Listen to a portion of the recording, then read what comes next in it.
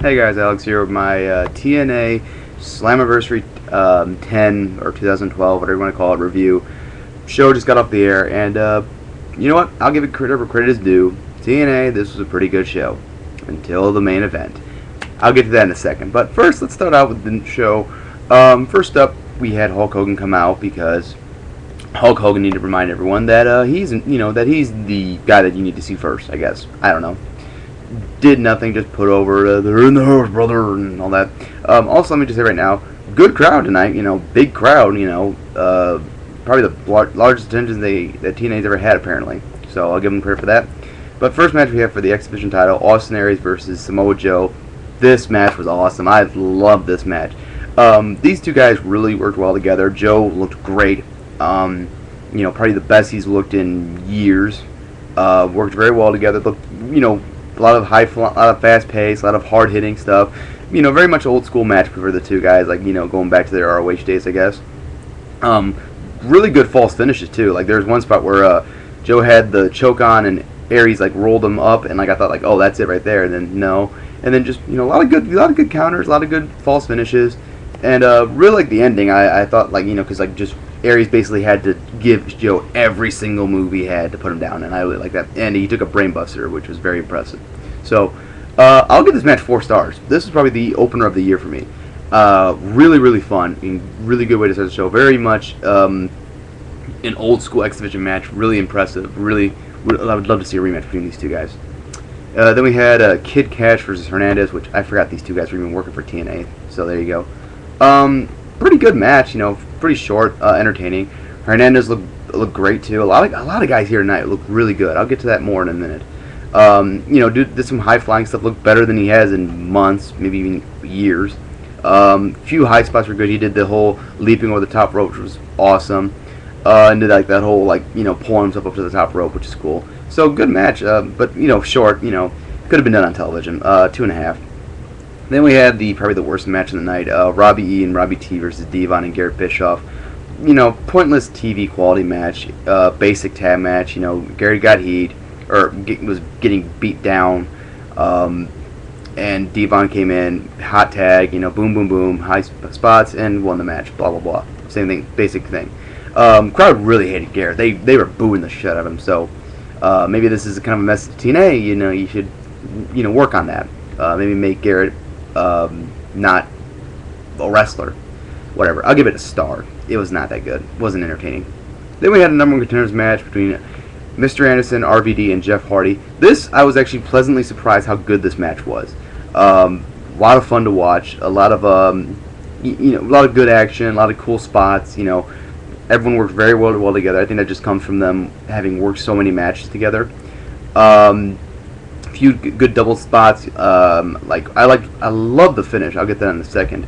But really fast paced too. The finish came when RVD went for the Rolling Thunder, and when he comes rolling up, Anderson caught him with the mic check, and I really thought that's just really good match. Actually, I think this was probably the best match I've seen these guys in a long time. Working together at least. 3.5, pretty damn good. Then we had Crimson's Open Challenge, which was answered by James Storm making his big return, which got a big pop from the crowd. This was nothing really special. It was just basically Storm beating the shit out of Crimson and getting the win, which the crowd was really, really into this. I'll give it that. They really popped big for Storm's return. They were really cheering for Storm, getting behind him. Nice way to have Storm return and finally end Crimson's undefeated streak, which I didn't lead to anywhere. Did not lead to him doing anything noteworthy. So pretty much a pointless undefeated streak that went nowhere and now is over. So basically, I think Crimson's going to be kind of a pointless now. But good to see James Storm back finally. Maybe they'll actually give him the belt this time. I'll give it 2 stars just for the entertainment value and how good of a return it was. So then we had the Hall of Fame promo for TNA's Hall of Fame they're doing.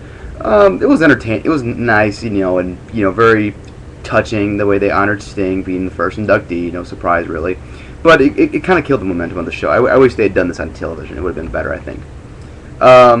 But nothing. I will say though, Dixie Carter thanking the fans just sounded really generic and really phoned in. Didn't really sound sincere. I'll say that. Then we had the Knockouts title match between Gail Kim and Miss Tessmacher. This was just sloppy. Nothing really impressive here. this looked like two people obviously wrestling, like, like, okay, now we're going to do this, now we're going to do that, like they're obviously wrestling. And you could just tell that they were, calling spots and stuff. It just was boring. Not much to it. I'll give it credit for a decent story about, like, Tessmacher just keep fighting and stuff, blah, blah, blah, blah, blah. She actually won the match and won the title. Not too happy about that because I don't think she's a very good wrestler. I think Gail Kim's much better than her. But it was a cheap win for the crowd, and, because it was her home state. So I'll give it a 1.5 stars. Then we had an Anything Goes match between Joseph Parks and Bully Ray. I don't know why people like this storyline. I don't know if these people are, like, just fucking with me, and, or people are just, like, being trolls and saying, like, oh, this is the greatest storyline of all time, or, like, they're just laughing at how stupid it is, the fact that Joseph Parks is actually Abyss, playing his own brother and everything. I don't know. The ending came when Joseph rolled underneath the ring, and out the other side came Abyss. I'll give him credit for a fast change. If it actually was him, I don't know. Choke slam Bully right through a table. Joseph went back under the ring for whatever reason. Joseph came back in, got the win. I'll give Abyss credit for this. He was good at looking like he didn't know what the fuck he was doing in the ring. I'll give him that. And it was stupid and funny. But it's at the same time, you're just like, why is this on a pay-per-view? Why is this even involved? I don't know. I think people like this just for how stupid it is. I don't know. I really don't. I'll give it 2 stars just for the entertainment, but, God, I really hope they end this. They squash this thing fast. After that, we had the Christian come out, which was kind of cool. I didn't actually see it, so I missed that part, so I'm not going to talk about it. But the number 1 TNA moment was Sting's debut. So, whoop-de-fucking-do. I'll look at that. Then we had the TNA Tag Team title match between Christopher Daniels and Kazarian, defending it against AJ Styles and Kurt Angle. Awesome tag team match. Really, really good. All 4 of these guys, I knew this was going to be good going in because I'm just like, these are 4 really great workers. You're going to get a good match. And it was really good double team action.